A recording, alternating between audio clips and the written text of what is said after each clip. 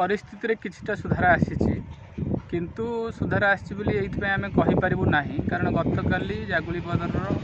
जड़े महिला 60 वर्ष 60 ରୁ 65 वर्षर जड़े वयस्क महिला से मृत्युवरण कर झाड़ाबांति हाईटेक मेडिकल रे तेणु बेसिकली ये बर्तमान झाड़ाबांतिटा आफेक्टेड करुच्ची वृद्ध व्यक्ति मान तेणु से जेहेतु इम्यूनिटी पावर कम से तेणुक मेडिकल रे संघर्ष कर मृत्युवरण कर तेणु परिस्थिति कहवा गले सुधरी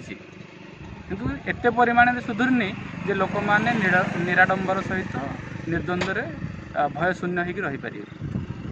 समस्या को लेकिन जिला प्रशासन ठारू आरंभ करी बा मेडिकल प्रशासन ठारू आरंभ करी समस्ते प्रति मुहूर्त